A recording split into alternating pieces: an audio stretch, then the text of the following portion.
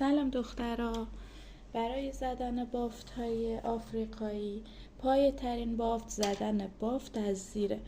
اگر این بافت رو یاد بگیرین دیگه بقیه بافت های کف سری و اینا براتون راحت میشه.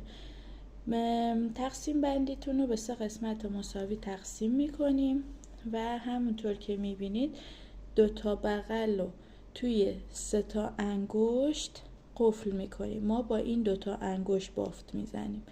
از زیر وسطی میریم دست چپ رو میگیریم و وسطی میاد توی دست چپ. حالا از زیر وسطی دوباره میریم دست راست رو میگیریم با این 2 تا انگشت و میایم وسطی رو میاریم توی دست راستمون.